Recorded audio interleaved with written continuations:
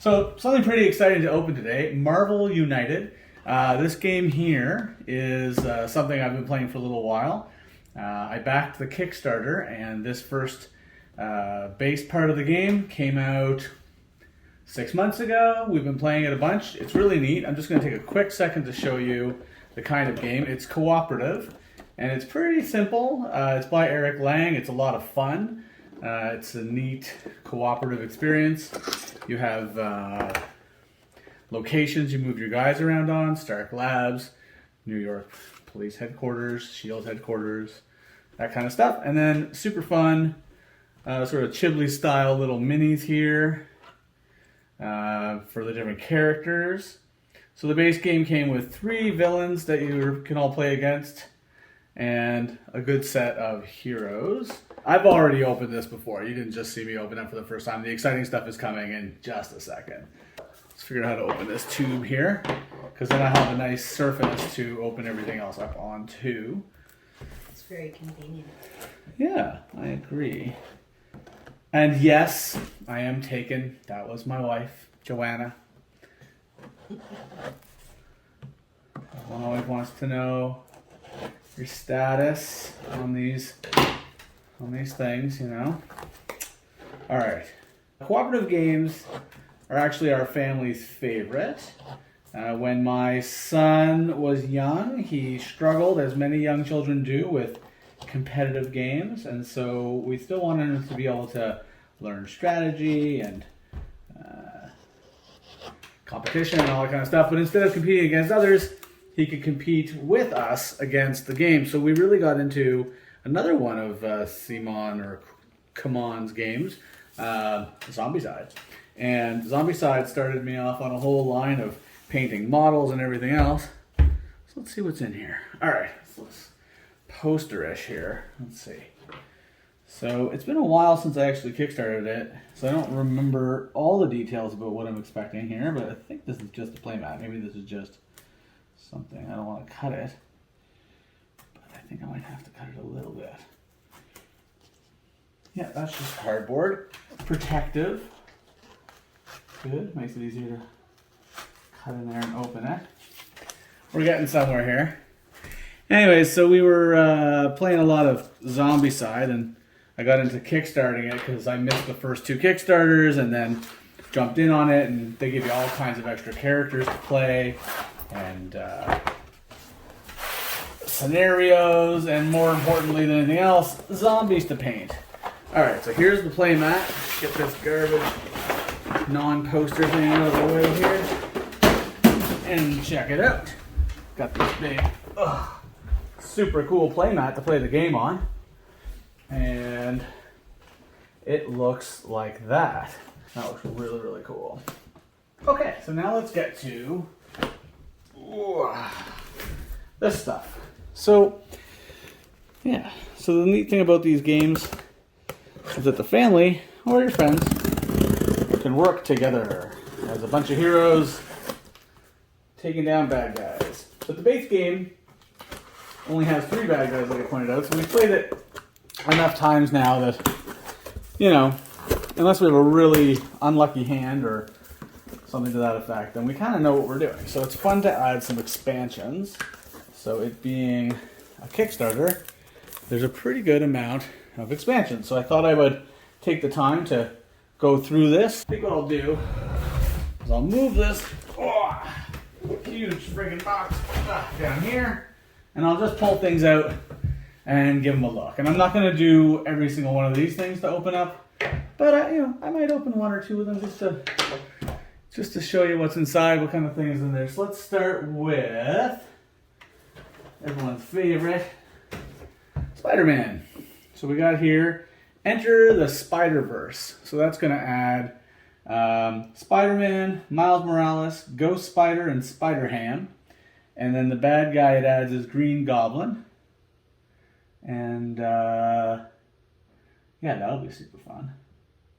And then it adds a few extra locations, things to do. The next one here is Rise of the Black Panther.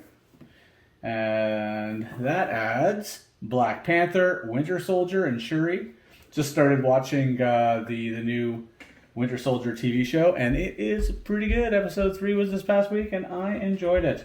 And then the bad guy, of course, is Killmonger. Next up here, we got Tales of Asgard, and that adds Thor, of course, Korg, Valkyrie, and Beta Ray Bill. And the bad guy is Loki, so that's pretty neat. And then here we have Guardians of the Galaxy, adding Star-Lord, Groot, Rocket, Gamora, bad guy Ronan. It's pretty fun. Then we've got the Infinity Gauntlet, adding Thanos, Proxima Midnight, Ebony Maw, and Black Dwarf. So 4 baddies. And Return of the Sinister Six, adding 6 more bad guys. Dr. Octopus, Elektra, Kraven, Vulture, Mysterio, and Sandman. Pretty neat. And then, what's this? These are the cardboard locations.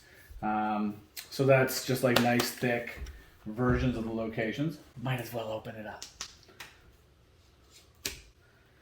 You know, it wouldn't be called Ezra Opens Things if Ezra didn't. Let's see here. Whoa, that's pretty cool. I didn't even realize there were that many locations. So that is all the locations. So there's a big old box of them. And then each one is like a nice kind of more solid. One of the problems with the base game problems, or I guess lack of feature, is that it's almost like paper. So these are really nice because they're harder cardboard. And that will make things nice because it will set nicely on this playmat here. So that's pretty neat. Maybe what I'll do is I'll actually set up the game for like a final shot or something like that. So for now, it goes back in the box. Now you can watch Ezra struggles with things. So this is Ezra trying to put this back in here like this. Oh yeah, slick. Okay. And then what's this here? What we got? This is Adam Warlock and Yondu. And this box here is like a big old Kickstarter exclusive box of stuff. And in here you've got Hela and Dormammu. So that's quite the box of characters and things. I kind of want to open that one because that's just going to be a whole bunch of fun minis. And yeah, like I mentioned before, when I was looking for cooperative games to play, and we came across Zombicide. And Zombicide has a lot of models in it. It's one of the things that this company is really known for. And I got into model painting. Kind of got back into model painting because I did that when I was a teen, but got back into it in a more sophisticated way in the last 5 or 6 years. And so one of the draws for me for this game is, of course, that it's full of minis. So let's take a quick look here and see what we see of some of these minis.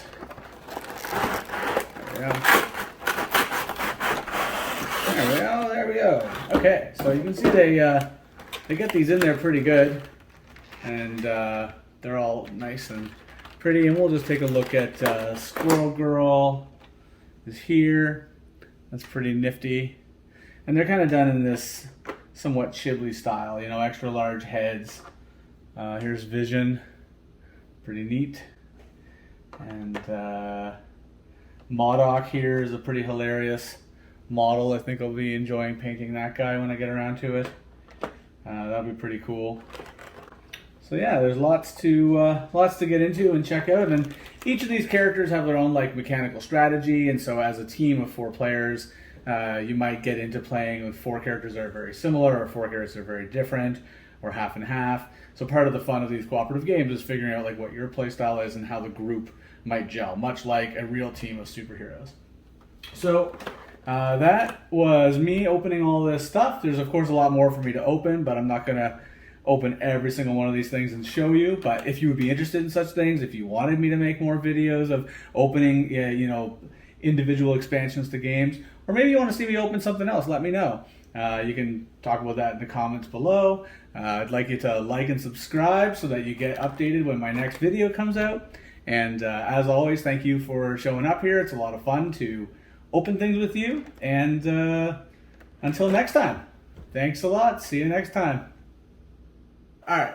I was going to open up all these things off of camera and just leave it at that and show you just the initial opening. But as I opened the very first one here, I realized that I kind of want to show what's different about each of these expansions. So the very first one I've opened here is the Return of the Sinister Six, which you can play with each of the villains that are inside the regular way, no problem at all. Or you can play with this super neat sort of six-parter, and the rules walk you through how to fight all six of them together as a gang. So this would be, another way to play the game, sort of an expansion for the game, which is pretty neat. Let's open this guy here. And then we'll just see if there's different play modes in the different expansions. So here we're talking about a trader challenge. So you can only do that variation on the game with 3 or 4 players. And this challenge secretly assigns one player the role of the trader. So that's really fun and goes nicely with Loki being the bad guy. Pretty fun. Right there. All right, let's see what the Infinity Gauntlet has. So the Infinity Gauntlet, everyone's very familiar with nowadays.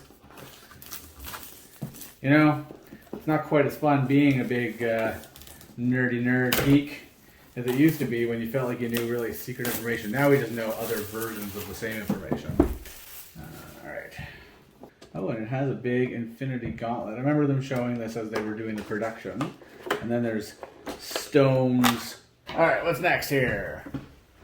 Rise of the Black Panther. What's different in this one? A bond between each hero and a specific location. They must make sure that their location remains under control or risk being KO'd. Okay, that goes with the sort of theme of the homeland and everything of Wakanda. Alright, next up here, Guardians of the Galaxy Remix. So, and open here. The Plan B challenge gives heroes another way of winning the game. Instead of defeating the villain directly, they can focus their efforts on completing unorthodox missions that are more challenging than usual, but which lead them straight to victory. That does sound like the Guardians. Let's check out Groot. Oh, and Rocket. They're both super neat. Here we go.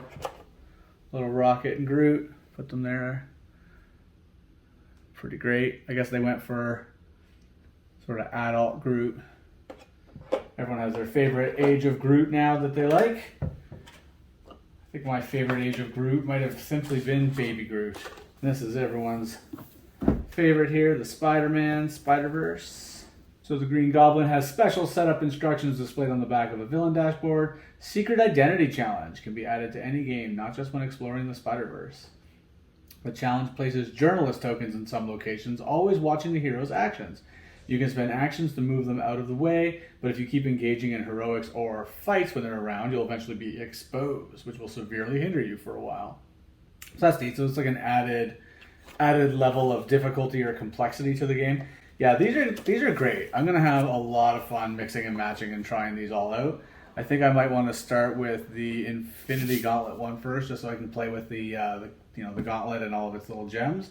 But yeah, I'm glad I turned back on the cameras because I thought, it wouldn't be super interesting to watch me open all of these, and I'm probably going to have to do some editing and clip it together a little bit so it's not too long. But since each one has its own stuff, it seemed worthwhile as soon as I opened the first one. So I hope you agree.